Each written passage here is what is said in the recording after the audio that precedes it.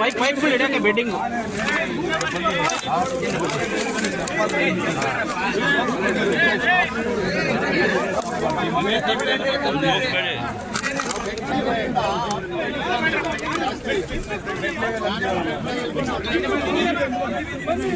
ಇನ್ಬರು ಬರೀ ಮಾಧ್ಯಮದವ್ರು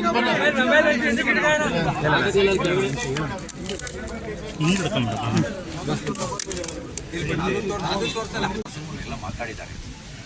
ನಾವು ಭಾಳ ಇಷ್ಟೇ ಹೇಳೋಕೆ ಬಯಸೋದು, ಇಲ್ಲಿ ಪ್ರಜಾಪ್ರಭುತ್ವ ಇದೆ, ಸರ್ವಾಧಿಕಾರ ಇಲ್ಲ. ಸರ್ವಾಧಿಕಾರಿಯಂತೆ ವರ್ತಿಸಬೇಕು. ಜನರನ್ನ, ಜನಪ್ರತಿನಿಧಿಗಳನ್ನ ಕತ್ತಲೆಯಲ್ಲಿ ಇಟ್ಟು ಯೋಜನೆ ಅನುಷ್ಠಾನಗೊಳಿಸೋ ಉದ್ದೇಶ ಏನು ನಿಮ್ಮದು?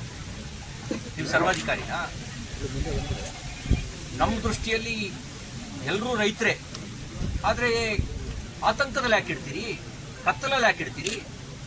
ಈ ರೀತಿ ಕತ್ತಲಲ್ಲಿಟ್ಟು, ಆತಂಕದಲ್ಲಿಟ್ಟು, ಅರೆಬರೆ ಮಾಹಿತಿ ಕೊಟ್ಟು ಬೆದರಿಕೆಯ ಮೂಲಕ ಯೋಜನೆ ಮಾಡ್ಬೋದು ಅನ್ನುವಂಥ ಭ್ರಮೆಯಿಂದ ಹೊರಗೆ ಬಂದಿದೆ. ಕಾಮಗಾರಿಯ ಮೂಲ ಉದ್ದೇಶ ಏನು? ಎಲ್ಲಿಗೆ ನೀರು ತಗೊಂಡು ಹೋಗ್ತಿದೆ? ಎಷ್ಟು TMC ನೀರು ಉಪಯೋಗಿಸ್ತಾ ಇದ್ದೀರಿ? ನೀರಿನ ಲಭ್ಯತೆ ಎಲ್ಲಿದೆ? ಎಷ್ಟು ನೀರಿನ ಲಭ್ಯತೆ? ನೀರಿನ ಹಂಚಿಕೆ ಎಷ್ಟಾಗಿದೆ?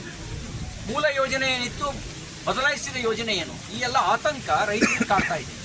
ಮತ್ತು ಇದನ್ನು ನೀವು ರಾಜಕೀಯ ಹೋರಾಟದಿಂದ ಇಡೀ ಹೋರಾಟವನ್ನು ಹಗುರಗೊಳಿಸೋ ಪ್ರಯತ್ನ ಮಾಡಬೇಡಿ. ರಾಜಕೀಯ ಹೋರಾಟ ಆಗಿದ್ದರೆ ಸಾವಿರಾರು ಜನ ಬಂದು ಬೀದಿಗೆ ಸ್ವಯಂ ಪ್ರೇರಿತವಾಗಿ ಇಳಿತಿರಲಿಲ್ಲ. ರಾಜಕೀಯ ಹೋರಾಟ ಆಗಿದ್ದರೆ ಜನಾಕ್ರೋಶ ಆ ಪ್ರಮಾಣದಲ್ಲಿ ವ್ಯಕ್ತ ಆಗ್ತಿರ್ಲಿಲ್ಲ. ನೀವು ಅದನ್ನು ರಾಜಕೀಯ ಹೋರಾಟ ಅಂತ ತಳ್ಳಿ ಹಾಕುವಂತ ಹಗುರವಾಗಿ ತೆಗೆದುಕೊಳ್ಳೋದನ್ನು ಬಿಡಿ. ನೀರು ಬೆಂಕಿ ಆಗೋದಕ್ಕೆ ಮುಂಚೆ ಸಮಸ್ಯೆಯನ್ನು ಬಗೆಹರಿಸಿ. ನೀವೇನೋ ಭ್ರಮೆಯಲ್ಲಿದ್ದರೆ ಅಧಿಕಾರ ಮದ್ದಲ್ಲಿದ್ದೀವಿ ಅಂದರೆ ಅಧಿಕಾರ ಶಾಶ್ವತ ಅಲ್ಲ.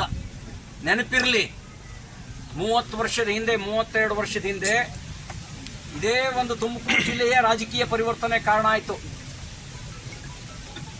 ಇವತ್ತೆಲ್ಲಿದ್ದಾರೆ? ಅವತ್ತಿನ ಉತ್ರಳ್ಳಿಯ ಶಾಸಕರಾಗಿದ್ರಲ್ಲ ಎಸ್ ರಮೇಶ್ ಎಲ್ಲಿದ್ದಾರೆ? ಅವ್ರ ರಾಜಕಾರಣ ಏನಾಯ್ತು?